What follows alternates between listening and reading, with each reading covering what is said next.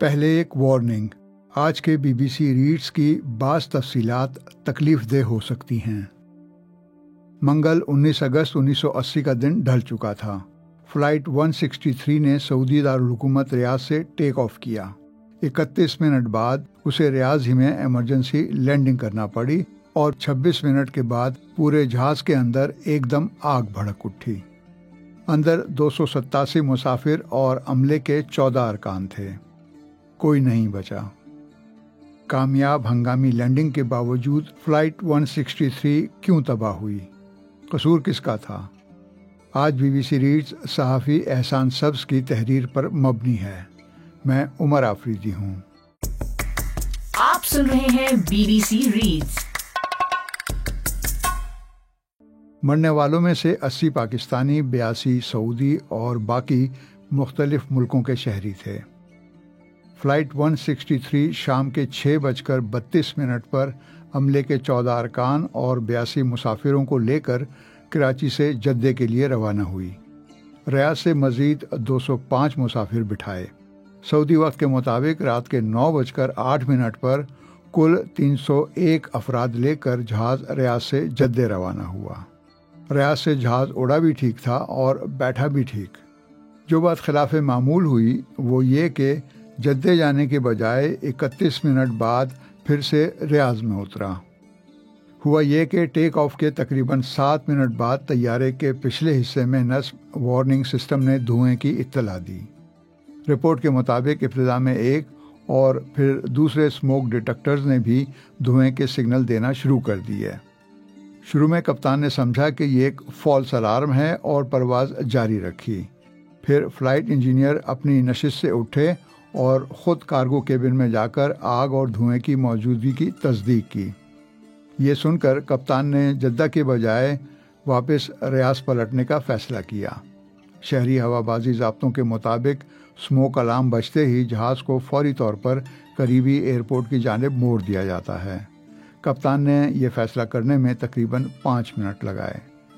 تحقیقاتی رپورٹ کے مطابق طیارے نے شام 6:36 پر کامیابی سے لینڈ کیا، مگر کپتان نے ہائیڈرو میکینیکل پریشر کے فعال ہونے کے باوجود ہنگامی بریک نہیں لگائے اور جہاز 2 منٹ سے زیادہ ٹیکسی وے پر چلتا رہا، جس کے سبب موقع پر موجود ایمرجنسی ٹیم کو جہاز تک پہنچنے میں زیادہ وقت لگا۔ پھر انجن بند ہونے میں مزید 6 منٹ لگ گئے۔ جب فائر فائٹر اور ریسکیو ٹیمیں طیارے تک پہنچیں تو دروازے جام تھے۔ ریسکیو ٹیم کے بیشتر اہلکاروں کے پاس ٹرائی اسٹار طیارے کے دروازوں کو ان لاک کرنے کی نہ تو تربیت تھی اور نہ ہی ضروری آلات۔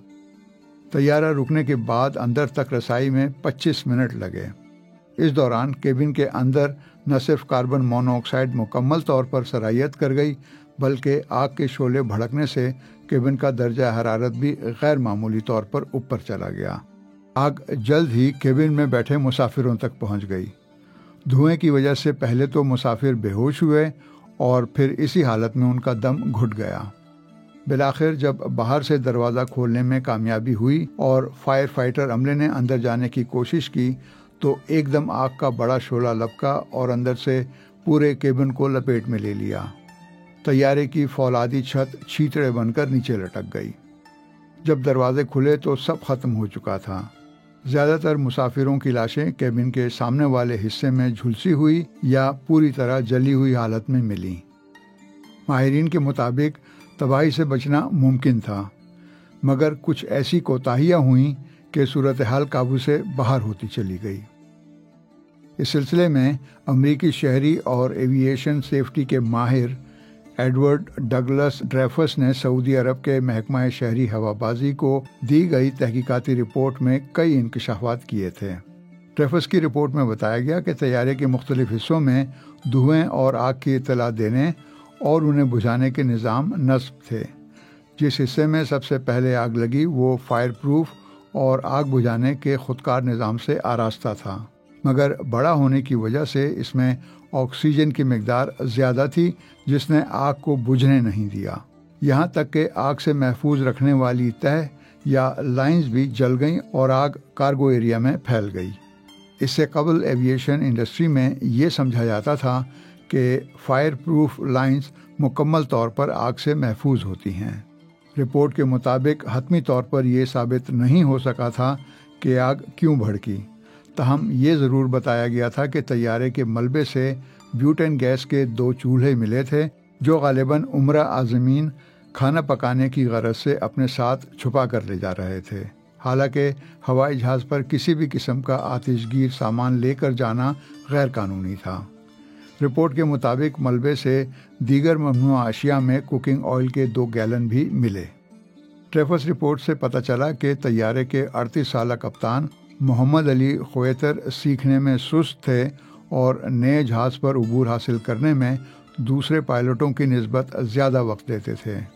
26 سالہ فرسٹ آفیسر سامی حسنین نے صرف 11 روز پہلے ہی ٹرائی سٹار طیارے کا لائسنس لیا تھا۔ ان کا سابقہ تربیتی ریکارڈ بھی تسلی بخش نہیں تھا اور ایک تربیتی پروگرام سے نکالے بھی گئے تھے۔ کاکپٹ میں موجود ٹیم کے تیسرے رکن 42 برس کے فلائٹ انجینئر بریڈلی کرٹس تھے۔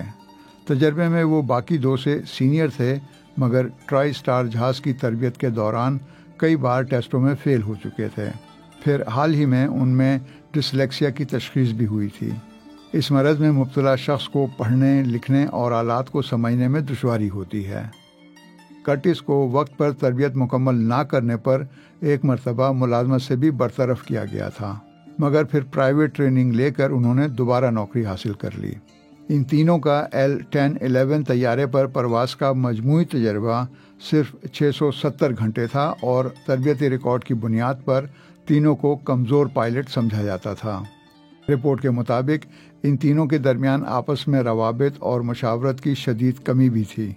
ایک موقع پر سعودی کپتان نے امریکی انجینئر کو جیکیس یعنی گدھا کہہ دیا تھا، اور یہ رویہ باہمی احترام اور اعتماد کی کمی ظاہر کرتا ہے۔ ماہرین کے مطابق عملے کا تعلق مختلف ثقافتوں اور زبانوں سے تھا اور کسی بھی نازک صورتحال کے لیے اسے آئیڈیل ٹیم قرار نہیں دیا جا سکتا تھا۔ معروف ایوییشن رائٹر ایڈمرل کلاوڈ برگ نے بھی تینوں کی کرو ریسورس مینجمنٹ کارکردگی کو ناقص قرار دیا تھا۔ ان کی تحقیق کے مطابق فلائٹ انجینئر کرٹس نے انخلا کے لیے بارہا مفید تجاویز دیں، مگر کپتان خویتر نے انہیں نظر انداز کر دیا۔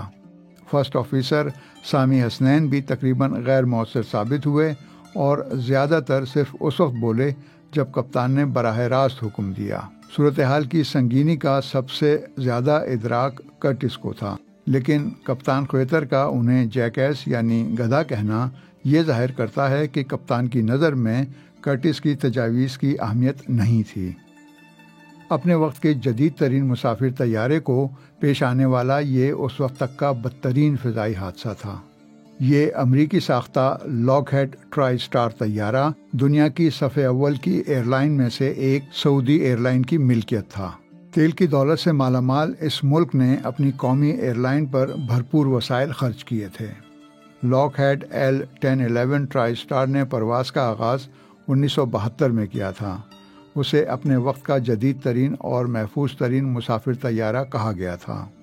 3 انجنوں والا یہ بڑا طیارہ اپنی ٹیکنالوجی اور منفرد خصوصیات کی وجہ سے مشہور ہوا، جن میں خودکار flight control system, advanced navigation آلات اور نسبتاً آرام دہ کیبن ڈیزائن شامل تھے۔ تاہم فلائٹ 163 کے حادثے نے یہ سوال ضرور پیدا کیا کہ کیا اس جہاز کے ڈیزائن میں کوئی بنیادی نقص موجود تھا؟